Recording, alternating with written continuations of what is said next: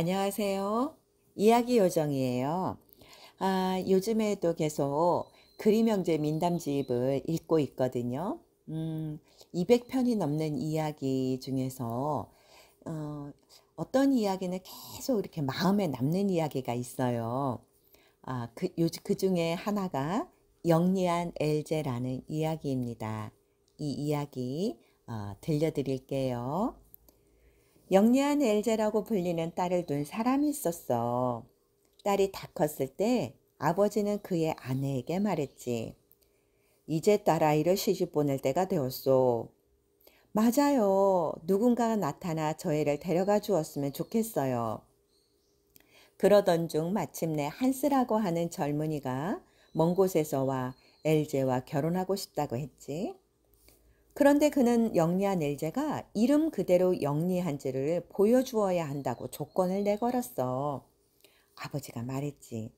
오, 우리 얘는 길에서 바람이 이는 것을 볼 수 있고 파리가 재채기 하는 소리도 들을 수 있다네. 그들이 식탁에 둘러앉아 식사를 하고 난 다음에 어머니는 엘제에게 말했어. 얘야, 지하실로 내려가 맥주 좀 가져오너라. 네, 어머니. 영리한 엘제는 주전자를 대고 지하실로 내려갔어.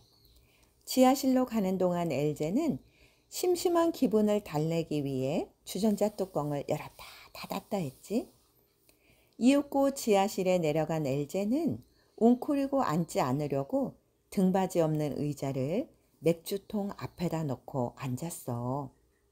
웅크리고 앉았다가 허리를 다치거나 그 밖에 뜻하지 않은 일을 당할까 염려가 되었기 때문이야. 엘제는 주전자를 맥주통 앞에 들이대고서 꼭지를 돌렸어. 맥주가 주전자 속으로 쏟아지는 동안 엘제는 바쁘게 사방을 둘러보다가 이윽고 벽 위를 바라보게 되었어.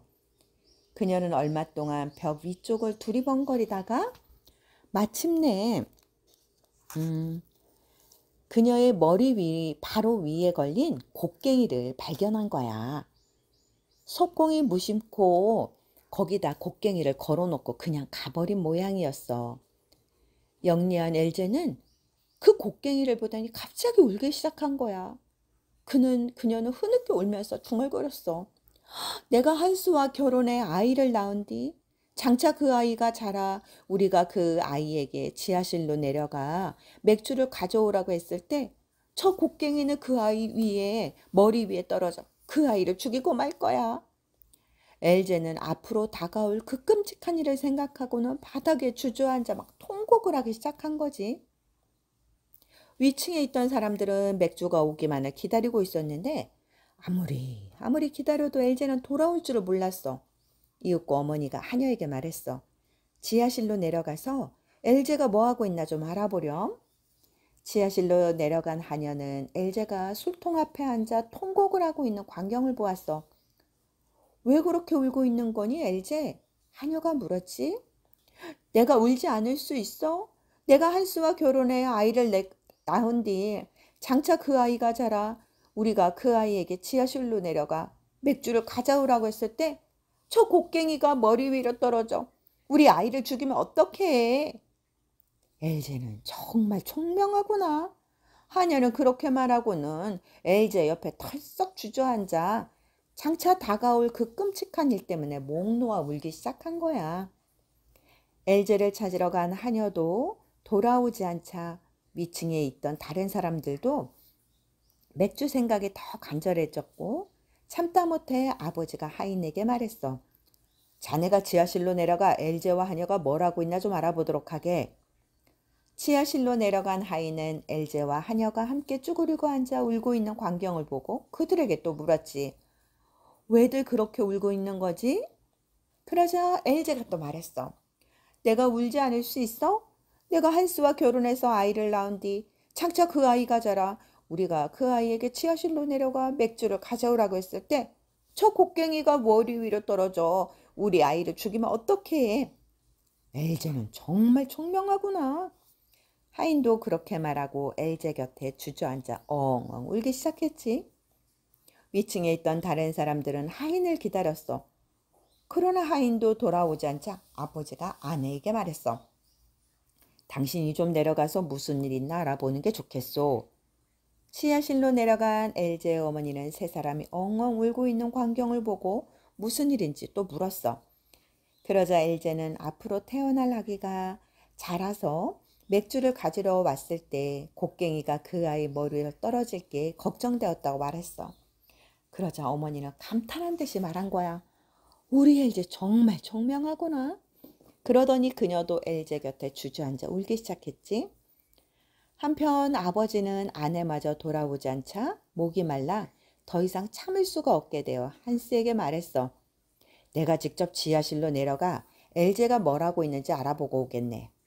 지하실로 내려간 그는 앞서 내려간 세 사람이 모두 바닥에 주저앉아 울고 있는 광경을 보았으며 그 역시 엘제로부터 장차 태어날 손자가 지하실로 맥주를 가지러 내려갔다가 곡괭이에 맞아 죽을지도 모른다는 이야기를 듣게 되었어. 우리 엘제 정말 똑똑하구나.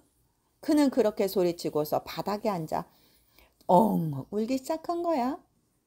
신랑 될 사람은 혼자서 오랫동안 2층에 앉아 있었지만 아무도 돌아오지 않자 그들 모두가 아래층에서 그가 내려오기를 기다리나 보다 하고 생각했지. 그래서 자기가 직접 내려가 살펴보기로 한 거야. 지하실로 내려간 그는 그들 5사람이 매우 구슬프게 울고 있는 광경을 보고 말았어.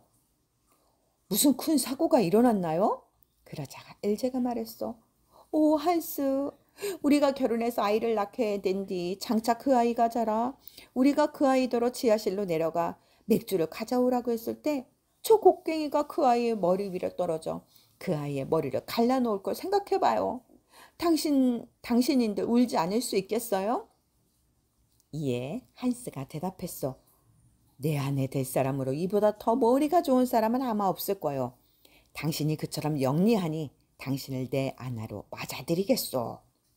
그는 그녀의 손을 잡고 2층으로 올라가 그 자리에서 당장 그녀와 결혼을 했지. 엘제와 결혼해서 살기 시작한 지 얼마쯤 지난 어느 날 한스는 엘제에게 말했어. 여보, 난 돈을 벌기 위해 일하러 나갈 거요. 내가 없는 동안 당신이 들로 나가 밀을 좀 배웠으면 좋겠어. 그걸로 빵을 만들어 먹게. 그럴게요, 여보. 한스가 나가고 난 뒤 엘제는 죽을 끓여서 들로 나갔어. 들에 닿은 그녀는 혼자 중얼거렸지. 먼저 밀을 베는 게 좋을까? 잠을 자는 게 좋을까? 아무래도 먼저 한숨을 자는 게 좋겠어. 그리하여 그녀는 밀밭에 누워 그대로 잠이 들었어. 한편 한스는 일을 끝내고 집에 돌아와 얼마 동안 있었는데 엘제가 돌아오지 않자 혼자 중얼거렸어. 엘제는 정말 빈틈없는 여자야. 너무나 부지런한 나머지 밥 먹으러 집으로 올 생각도 하지 않는군. 하지만 저녁 때가 되어도 엘제가 돌아오지 않자 한스는 엘제가 무엇을 하는지 알아보기 위해 들러 나갔어.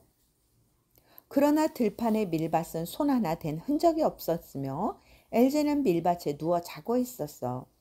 한스는 급히 집으로 돌아와 새들을 잡기 위해 사용하는 종들이 달린 그물을 가지고 왔어.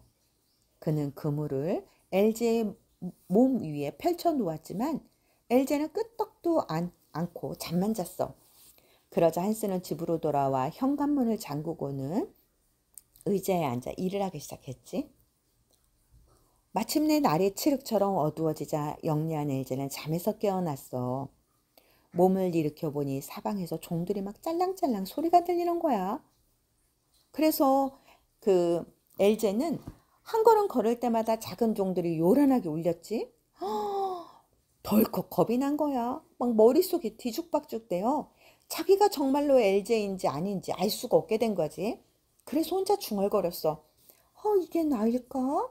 아니면 나 아닌 다른 사람일까? 좀처럼 해답이 나오지 않자 엘제는 제자리에서 우두커니 서 있었어. 마침내 엘제는 생각했어. 집으로 돌아가서 남편이나 동네 사람들에게 이게 나인지 내가 나 아닌 다른 사람인지 물어보자. 그 사람들은 알 거야. 그녀는 자기 집 현관문 앞으로 달려갔지. 그러나 문은 잠겨 있었어. 그녀는 창문으로 가서 창문을 두드리며 말했어. 한스, 엘제는 안에 있나요? 그러자 한스가 대답했어. 그렇소. 엘제는 여기 있어요. 그 말에 엘제는 잔뜩 겁에 질려 말했어. 오, 하나님, 이제 난 내가 아니에요. 그녀는 다른 집으로 달려가 보았지만 다른 집 사람들은 들판에서 들려오는 요란한 종소리를 듣고 기분이 꺼림직해 모두들 문을 열어주고 싶어 하지 않았어. 달리 찾아갈 만한 곳이 없자 엘제는 마구 달려 그 동네를 벗어났어. 그 뒤로는 그 누구도 엘제를 다시 보지 못했다고 해. 아, 제목이 영리한 엘제인데, 이 엘제는 정말 영리한 걸까요? 그리고 여기서 엘제는 일어나지도 않을 일을 갖고 미리부터 걱정을 하고 있거든요. 참 이상하게 옛 이야기는요. 읽으면 읽을수록 참 그 맛이 달라지는 것 같아요. 그리고 읽을 때마다 여러 가지 생각을 좀 하게 하네요. 자, 우리 친구들도 나 그 이상한 엘제래. 영리한 엘제, 나 그 얘기 알아 하고 한 번만 듣고 하지 마시고요. 여러 번 한번 들어보세요. 옛 이야기는 들으면 들을 때마다 그 이야기가 전하는 것이 더 다가올 수가 있거든요. 자, 오늘은 이야기 요정에게 온 자꾸 이상한 엘제라고 하네요. 이상한 엘제 아닙니다. 영리한 엘제 이야기를 이렇게 들려드렸습니다. 자, 오늘은 이 이야기고 다음에는 더 재밌는 이야기로 또 찾아올게요. 안녕.